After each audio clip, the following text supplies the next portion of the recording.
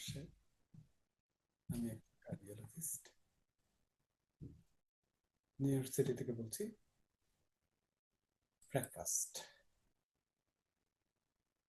Breakfast আমরা সবাই পছন্দ করে থাকি। ব্রেকফাস্ট হচ্ছে সবচেয়ে ইম্পর্টেন্ট মিল ডের জন্য, যেটা আপনাকে সারাদিনের এনার্জি যোগাবে। এবং আমরা চাই সবসময় একটা নিউট্রিশাস ব্রেকফাস্ট যাতে আমরা নিতে পারি, যাতে আমাদের হেলথটা ভালো থাকে, সারাদিনটা যাতে আমাদের সুন্দরভাবে কাটে, এনার্জেটিক ভাবে দিনটা যায়। কিন্তু believe it or not, breakfast অনেক সময় আমরা যেটি খেয়ে থাকি সেটি কিন্তু আমার অনেক সময় হেলথিও না হতে পারে। তো আমরা তো সকালবেলা আইসক্রিম দিয়ে ব্রেকফাস্টটা আরম্ভ করতে পারি না।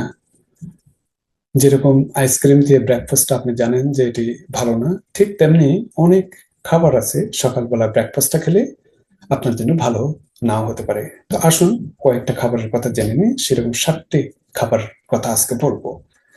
প্রথম হচ্ছে যে সসেজ।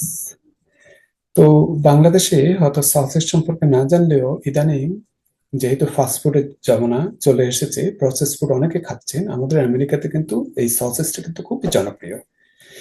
সাধারণত pancake, eggs, hash brown potato, এগুলো আমেরিকানদের মধ্যে ব্রেকফাস্টে খুবই জনপ্রিয়, এবং সেই সাথে সাথে সসেজটা জনপ্রিয়। সসেজটা সাধারণত গ্রাউন্ড মিটস, ফ্যাট, বিভিন্ন স্পাইসেস, সেটার সাথে বিভিন্ন ধরনের ফ্লেভারিং দিয়ে তারপর এটা বাইন্ড করা হয়ে থাকে।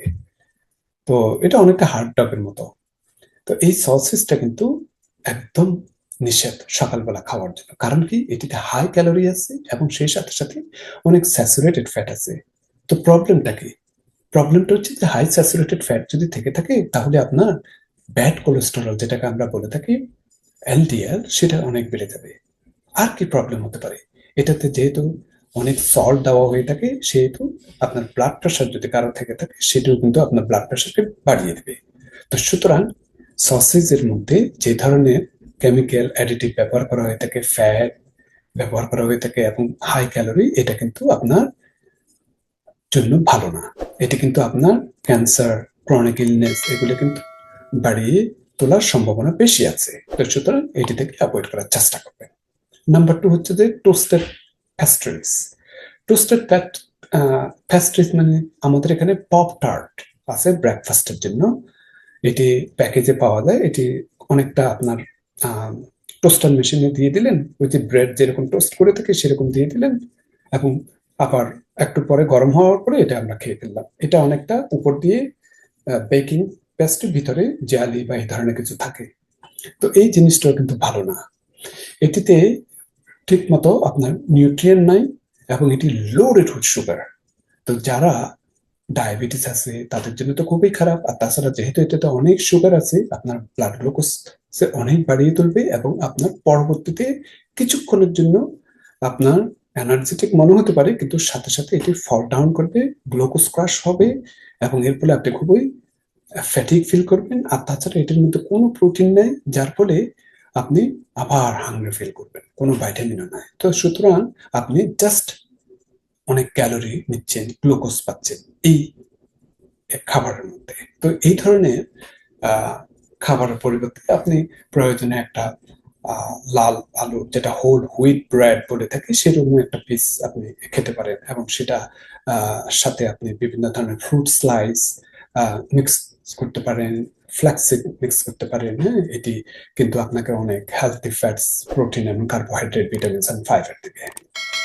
এরপর হচ্ছে যে ফ্যাট ফ্রি ফ্লেভার্ড ইয়োগurt। ওয়াও, ইয়োগurt আমরা সবসময় ইয়োগurt ভালো আহ ভাসি। বিশেষ করে প্লেন ইয়োগurt, পার্টিকুলারলি গ্রিক ইয়োগurt ব্রেকফাস্টের জন্য খুবই ভালো, কিন্তু এটিতে হাই ক্যালসিয়াম আছে এবং যেটিতে আপনার হেলথি ফ্যাট এবং প্রোটিন আছে। কিন্তু ফ্যাট ফ্রি ইয়োগurt থেকে আপনি দূরে থাকবেন। ফ্যাট ফ্রি মনে হতে পারে, ও এটা তো ফ্যাট যেহেতু ফ্রি সেহেতু এটা তো খুবই ভালো, কিন্তু এরকম ফ্যাট ফ্রি এক্স্যাক্টলি, কিন্তু ইয়োগর্টে অনেক এক্সট্রা সুগার থাকে, আর্টিফিশিয়াল ফ্লেভার থাকে। আহ, এই জন্য এটা ভালো না। তো আপনি যদি খেতে হয় তাহলে অন্য ফ্লেভার খাবেন, প্লেন ইয়োগর্ট খেতে পারেন, গ্রিক ইয়োগর্ট খেতে পারেন। হুম, এবং সেটির সাথে ইয়োগর্টের সাথে আপনি কিছু বাদাম মিক্স করতে পারেন, কিছু ফল মিক্স করতে পারেন, চিয়া সিড মিক্স করতে পারেন, প্রয়োজনে 1 টেবিল স্পুন হানি ব্যবহার করতে পারেন। তো এগুলি আপনার জন্য ভালো। এরপরে আমি বলবো বেগেলস। বেগেলস এটি কিন্তু খুবই কার্বোহাইড্রেট ফুড। এটা আহ, আপনাকে অ্যাগেইন যেহেতু আহ, হঠাৎ করে আপনার এই বেগেলের মধ্যে যে কার্বোহাইড্রেট আছে, যে সুগার আছে, সেটি আপনাকে ব্লাড সুগার অনেক বাড়িয়ে তুলতে পারে। হ্যাঁ, কিন্তু আপনি এনার্জেটিক মনে হলেও কিন্তু পরবর্তীতে আপনাকে স্লাগিশ করে ফেলবে, দুর্বল করে ফেলবে, হাংরি ফিল করবেন, আবার ক্ষুধার্ত ফিল করবেন। তো এই জন্য এটি বেগেল ভালো না। তাছাড়া বেগেলের মধ্যে যে ধরনের আপনার ফ্লাওয়ার ব্যবহার করে সেটিও একটু কোশ্চেন আছে। তো আপনার কি আপনি কি বিশ্বাস করেন যে একটা বেগেল সমান হচ্ছে যে প্রায় 5 to 7 slices অফ ব্রেড, এবং এটি অনেক স্যাচুরেটেড ফ্যাটস আছে, কোলেস্টেরল আছে, যেটা আপনার আর্টারিকে ক্লগ করতে পারে। এরপরে নাম্বার 5 বলবো আমি ড্রাই সিরিয়াল। ড্রাই সিরিয়াল আমাদের এখানে খুবই প্রিয়। সকালবেলায় কোনো ঝামেলা নাই, আমরা সিরিয়ালটা একটু দুধের মধ্যে দিয়ে আমরা খেতে পারি। হ্যাঁ, কিন্তু এটাতে অনেক হাই কার্বোহাইড্রেট আছে এবং poor in fibre. Dry serial কিন্তু আপনার যে হাঙ্গারটা আছে যে সেটিকেও স্যাটিসফাই করে না, এবং আপনি এটি খাওয়ার পরে খুব তাড়াতাড়ি আপনি আবার হাংরি ফিল করবেন। তো এই জন্য আম, এটি আপনাকে ব্লাড সুগার হয়তো কুইকলি ড্রপ করবে, আপনার এনার্জিটা লো করবে, সুগার ক্র্যাভিংসটা আবার বেশি হবে। তো এই জন্য আপনি তার চেয়ে বরং আপনার কিছু চিয়া সিড দিয়ে ইয়োগurt বা ওভারনাইট ওট রাখার পরে সেটি আপনি সকালবেলা খেতে পারেন। এরপর হচ্ছে যে plant base latte from coffee shop. Wow, এটা আমাকে একটু সারপ্রাইজ করেছে। ল্যাটে খুবই, যারা কফি পান করে থাকেন তাদের জন্য খুবই প্রিয়। বিশেষ করে স্টারবাকস এর ল্যাটে তো খুবই জনপ্রিয়। হুম, কিন্তু এই ল্যাটেতে কিন্তু অনেক লো প্রোটিন থাকে, অনেক প্রি সুইটেন প্ল্যান্ট মিল্ক থাকে, কিন্তু কনজিউমাররা জানে না যে এই প্ল্যান্ট মিল্কটা খুবই সুইটেন। এবং এই ফেভারিট কফিটা যদি আপনি নিয়ে থাকেন এরকম আহ, হিসাবে, কিন্তু এটি কিন্তু আপনাকে এনার্জি বুস্ট করতে পারে আহ, অল্প সময়ের জন্য, কিন্তু লং লাস্টিং কিন্তু আপনার এটি কন্টিনিউ করতে পারে না। তো সুতরাং আপনার যদি খেতে হয় তাহলে রেগুলার কফি আপনি ড্রিঙ্ক করে থাকেন। হুম, তারপর হচ্ছে যে নাম্বার 7 হচ্ছে যে হুইট ব্রেড। আমরা সকালবেলার নাস্তা হিসেবে, ঝটপট নাস্তা হিসেবে আমরা হুইট ব্রেড খেয়ে থাকি। বিশেষ করে হোয়াইট ব্রেডটা না খেয়ে আপনি হোল হুইটটা খাওয়ার চেষ্টা করবেন। কারণ এই ব্রেডে আপনার অনেক ধরনের যে কার্বোহাইড্রেট থাকে, এটাতে অনেক সময় হয়তো সুগার অ্যাড করা থাকে, এবং সেটি ব্লাড সুগার এবং এনার্জি লেভেল হয়তো ক্ষণিকের জন্য অনেক বাড়িয়ে ফেলে, ব্লাড সুগার বাড়িয়ে ফেলে, পরবর্তীতে এটি ডাউন হয়ে যায়।